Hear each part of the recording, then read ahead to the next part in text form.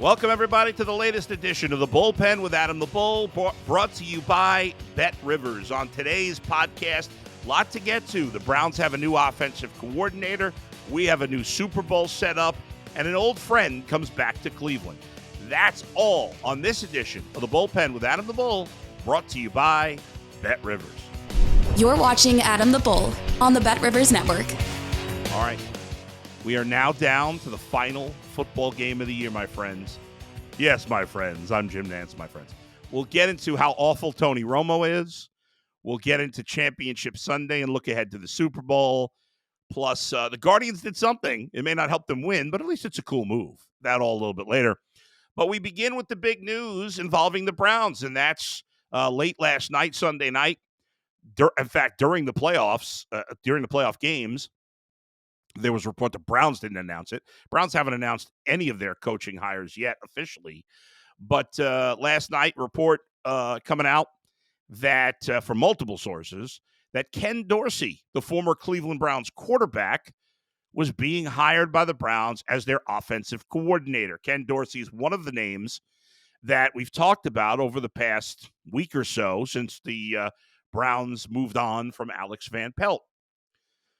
When I first saw the news that Ken Dorsey was in consideration to be coordinator for the Browns, before they, not last night when they, when the report came out that they were hiring him, but when it was first reported, my first reaction was, like many people, well, the Bills just fired him, and the Bills played better after he left, so it must be his fault they weren't playing well.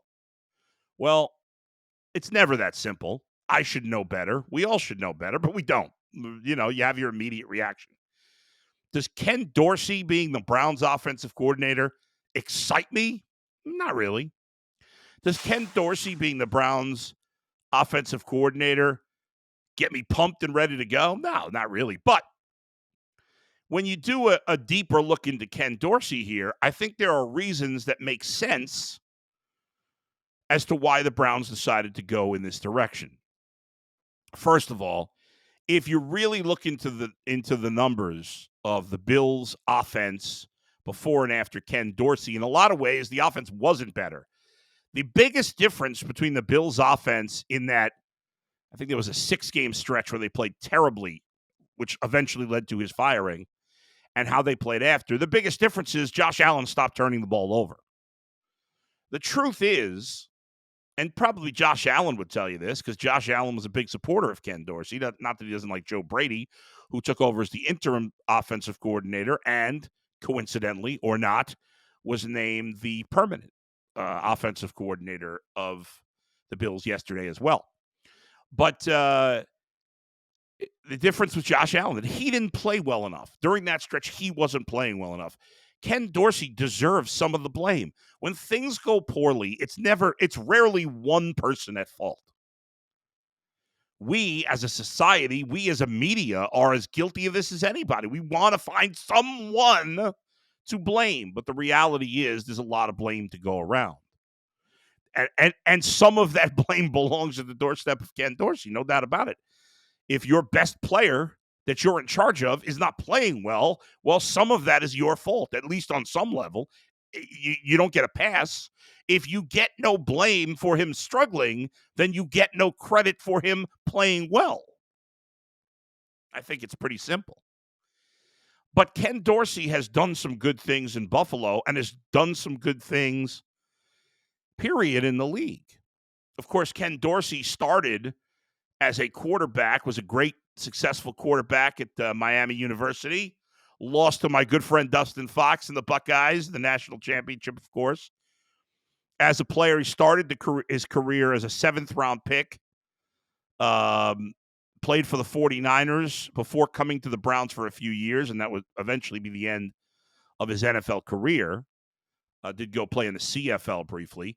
But he first joined the NFL as a coach a little over a decade ago with the Carolina Panthers. He was actually a scout initially with the Panthers before he became their quarterback coach in 2013. And who was the quarterback of the Panthers? Cam Newton. The Panthers went to the Super Bowl, obviously, during that stretch. They didn't win, of course, but they went to the Super Bowl during that stretch. After Ken Dorsey was fired by the Carolina Panthers as their quarterback coach, he then went to Buffalo after a year off. I think he worked in college for a year, doing an off the field job. And then he gets hired by the Bills to be their quarterback coach in 2019. In 2019 and 2020, he helps groom Josh Allen. Then he gets a slight promotion in 2021 as remains the quarterback coach and the passing game coordinator, and starts to get noticed around the league because Josh Allen by 2021 is playing great football as a potential offensive coordinator. Brian Daboll leaves the Giants leaves the Bills at the end of the 2021 season to become the head coach of the Giants. He had been the offensive coordinator in Buffalo when Ken Dorsey was the quarterback coach. Josh Allen pushes hard for Ken Dorsey to remain because they have that relationship as the offensive coordinator, and he does. The Bills' offense in 2022 under Ken Dorsey is excellent. The Bills are one of the best offenses in football in 2022. Obviously, they get eliminated in the playoffs by the Bengals in that year. And then, so Dorsey, but Dorsey did a good job in 2022. Or, you give him some credit. He was the play caller, and their offense had success. Again, not all him. They have a great quarterback, but he's got to get some credit if he's going to get some blame. This year didn't go well. The team committed a ton of turnovers.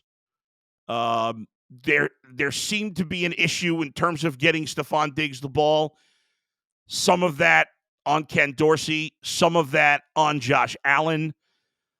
Sean McDermott, the head coach of the Bills, is a conservative coach by nature.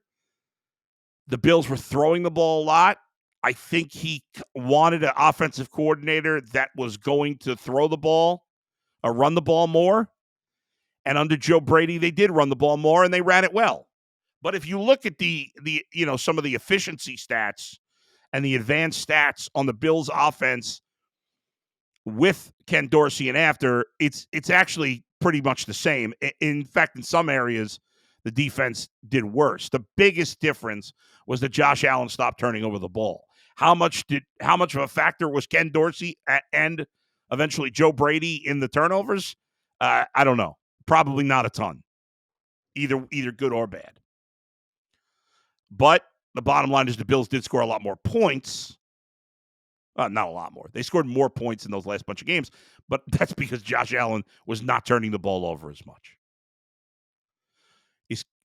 I think what's interesting, if you look at Ken Dorsey's decade plus in the league, more than that, but decade plus as a coach in the league, what you see is he's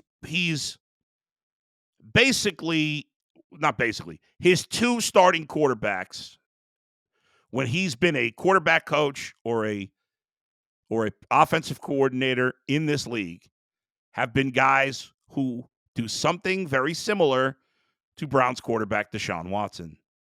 They're guys that are very good with their legs. Now, Cam Newton is built like a tank.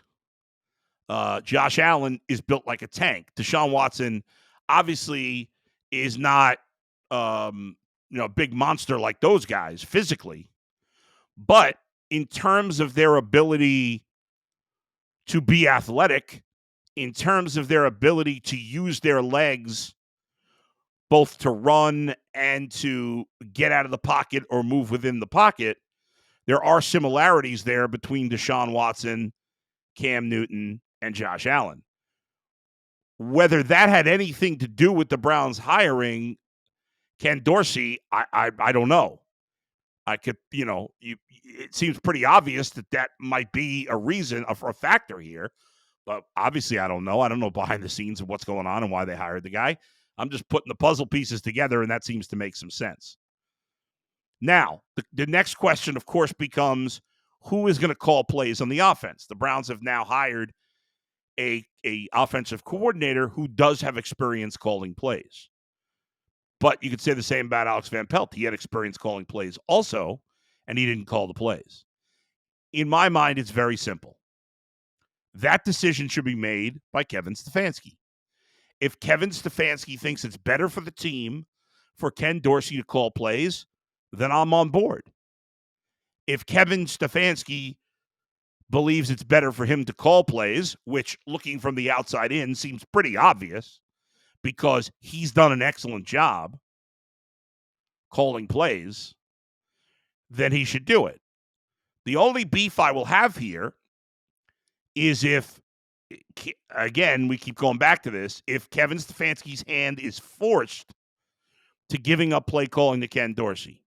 Now, if Ken Dorsey is calling plays, we won't know that. If Ken Dorsey is not calling plays, well, then we know his hand wasn't forced. If Ken Dorsey is calling plays, we won't know that. Of course, what's going to happen is Kevin Stefanski's going to say it was his decision, which it might be if it happens. And those who think it's a travesty if you make any criticism of the Browns at all, that you're a hater, will say, oh, you see, he said it was his decision. Well, if it's not his decision, he's not going to admit that publicly. Certainly not while he's still working for the Browns. So I'm going to be hopeful that Kevin Stefanski has the say here. And if he does, I think he'll be calling plays. But if he decides that this team is better off with Ken Dorsey calling the plays, I'm okay with that. This idea that Ken Dorsey is an idiot or not creative enough, yeah, I don't buy any of that. I think Ken Dorsey's a fine choice. I'm totally fine with the hire. I don't love it. I certainly don't hate it. But I see again the pieces of why they may have gone down this road. And remember, the one positive here, or one of the positives here, is that Ken Dorsey does like, in his history, to throw the ball. He also likes calling plays where the quarterback runs, which is something that would benefit Deshaun Watson. But in the end, whether it's Kevin Stefanski calling plays or Ken Dorsey calling plays or me calling plays, and I think I'd be underrated at it. I would definitely be underrated. People would think it would be the worst hire ever, and I think I'd be pretty good.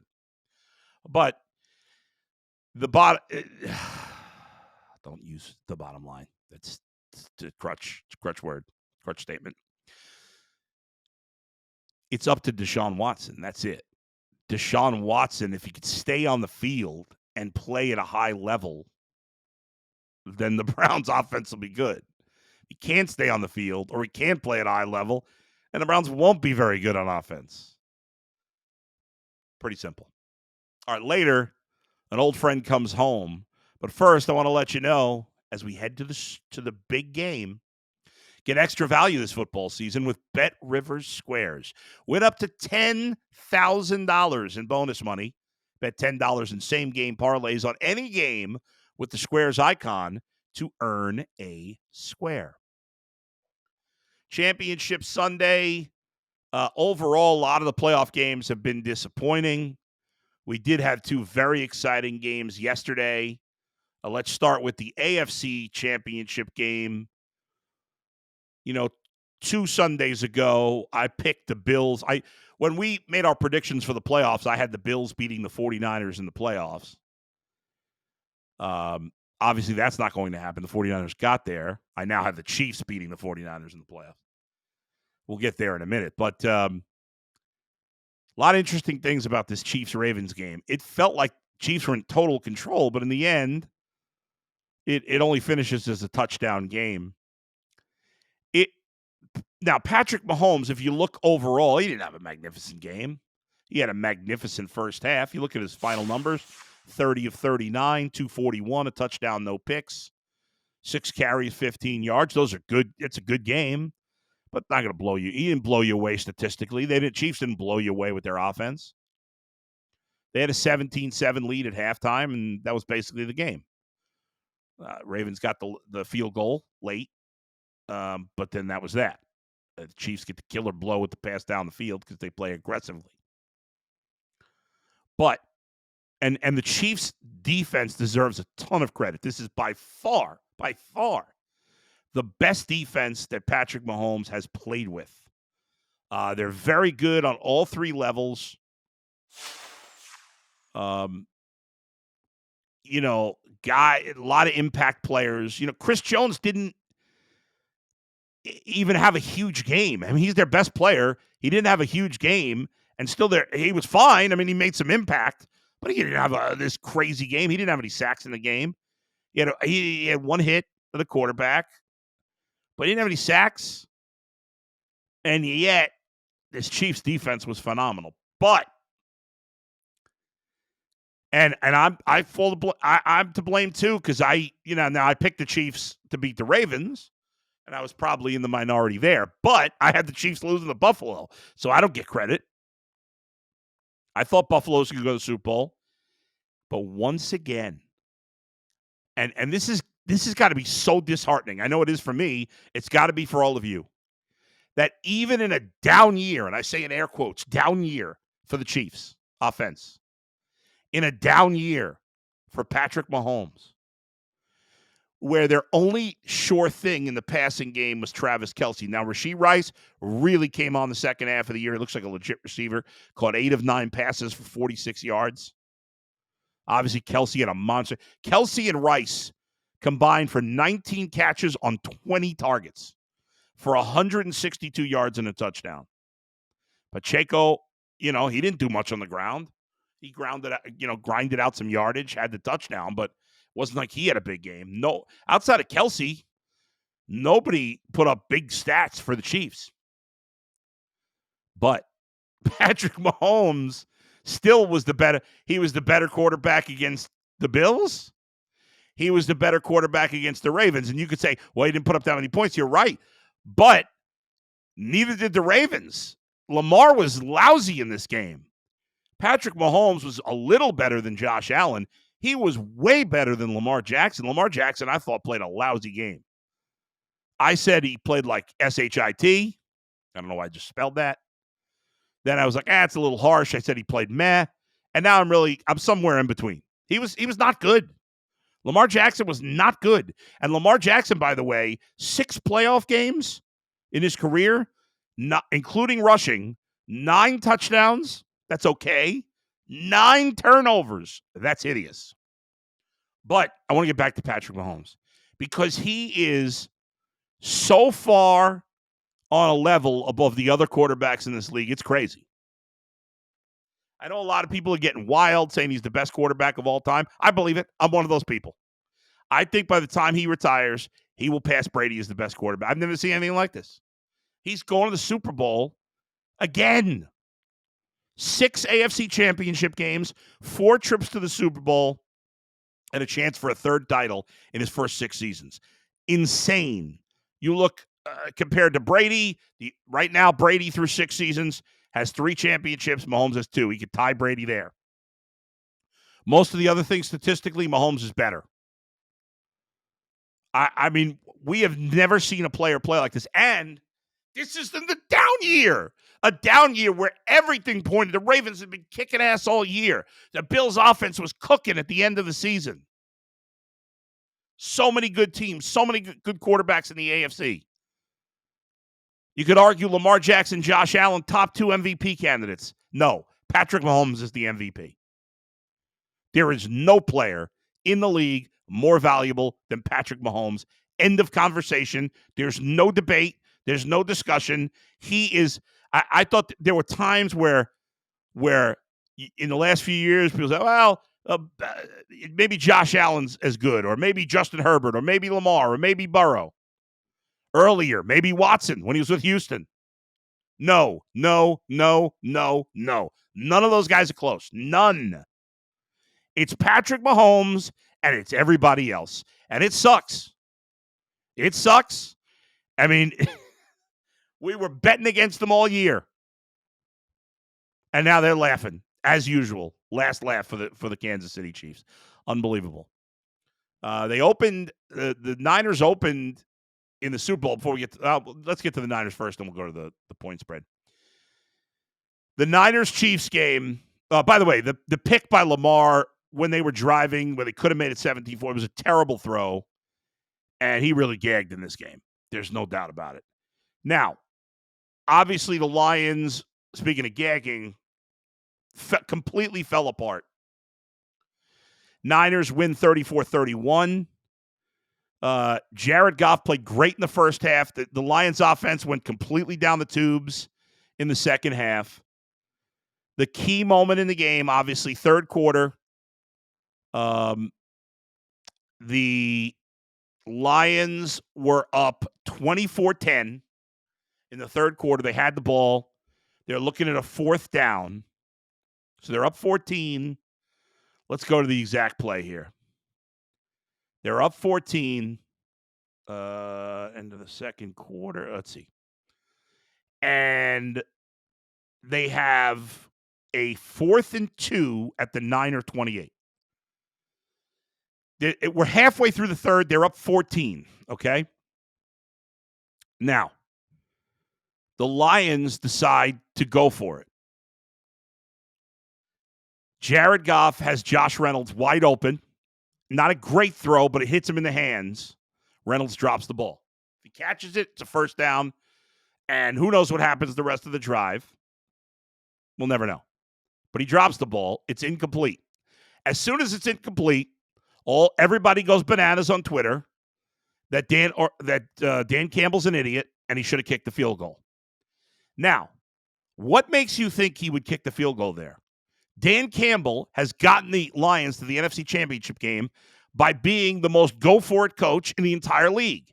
That's how he plays. And I know a lot of people, and part of the reason he's aggressive that way is because he believes in his team, and he believes that if we miss it, well, we'll stop the Niners anyway. And there was reason to believe it at that point. The Niners had only scored 10 points halfway through the third quarter. A lot of people said to me, well, why didn't he just go for it at the end of the first half? Well, at the end of the first half, it's different because it's the last play, right? And there's no, well, we could stop the Niners anyway. The half is over. Now, if he would have gone for it, it wouldn't have surprised me. But I knew he was going for it. We all knew he was going for it 4th and 2 at the 28. And yes, now when you look back, you say, well, if he would have kicked the field goal, maybe they would have won. Is the kicker even a short thing to make that field goal? The Lions haven't trusted their kickers all year. Michael Badgley had only attempted, I think, 5 or 6 field goals all season. He had only made 2 field goals over 39 yards all year. Now, he didn't miss any, but they had only attempted 2 over 39 all year. All year. He'd only played like 6 games. So he doesn't have a lot of faith in his kicker over 40 yards, obviously. And he believes his team can get a first down. They should have. They blew it. Niners go down the field, score quickly on a crazy play, basically that got most of the yardage. Brandon Ayuk for 51 yards, a ball that hit the DB in the face mask. Crazy play. They eventually go in on a 3rd and goal on a pass to Ayuk. So now it's 24-17. Now, the Lions get the ball back, and they fumble immediately. So now things are snowballing. The Niners don't have to go far, get another touchdown, 24-24. Lions go 3 and out. Field goals get Niners get a field goal. It's 27-24. Now, the Lions moving the ball again. Okay? They are looking at a 4th and 3 at the Niner 30. Again, he already passed up. It's 27-24. Now, this second time, I think if push came to shove, I probably would have kicked the field goal if I were Dan Campbell in the second time. But I understand, as stupid. I know it seems stupid. I know nobody's going to want to hear this. I know everybody's going to say I'm nuts. And I admit that I probably would have caved and gone for the field goal here because in this case, when you're up by 14 and everything's going your way, I get wanting to go for the killer blow going for the touchdown. This is a little different because things had been snowballing in the opposite direction, okay? Things are snowballing in the opposite direction, and so I understand in this case why a lot of people wanted him to kick it, even people that were okay with the first one. I was okay with the first one. Ultimately, I was okay with this one because that's who he is. That's who they've been all year. I understand it, and so I got no problem with it. But I would have kicked it myself. And I love it. I love you, Dan Campbell. That one, I probably would have kicked it because everything had been going the other team's way. I kick it, calm everybody down. It's a tie game. He didn't do it. They went for it again. I don't know if the play call was to go deep. They pointed out in the broadcast it was a good job by Greg Olsen. Thought it was going to be zone, or I can't remember if he thought it was going to be play a man to man and ended up being zone, I think. And that was it. And then the Niners got the ball and scored a touchdown. And it was over. And then to me, the biggest criticism of Dan Campbell is on the 3rd and goal at the 3, when you have all 3 timeouts, you can't hope for the onside kick. It's almost an impossibility. You can't call that timeout. You can't run and call the timeout. You got to throw it. This way, you still have the 3 timeouts and have a chance to get the ball back with 30 seconds left. Instead, they ran on 3rd down. They used the timeout, and then they got the touchdown. But they only had 2 timeouts, not 3. They couldn't stop the clock. They didn't get the onside kick, and that was that. Campbell's going to receive a lot of criticism. I think the guy's done a hell of a job. I get why people want him to kick it at 27-24. He probably should have. I love his attitude. It is who he is. He was true to himself. In the end, I'm not going to kill him for that. So there you go. All right, final thing. The Guardians have had a miserable offseason. They've done virtually nothing. They've acquired Scott Barlow, nice pickup, and they re-signed Austin Hedges to be the backup catcher. Okay, waste of money, but okay. Not my money. But yesterday, while it's not a move that makes them any better, it is a move that I enjoy, and I'm happy they did it. Again, this is not to give the Guardians a pass in any way. They deserve to be crushed, as I have.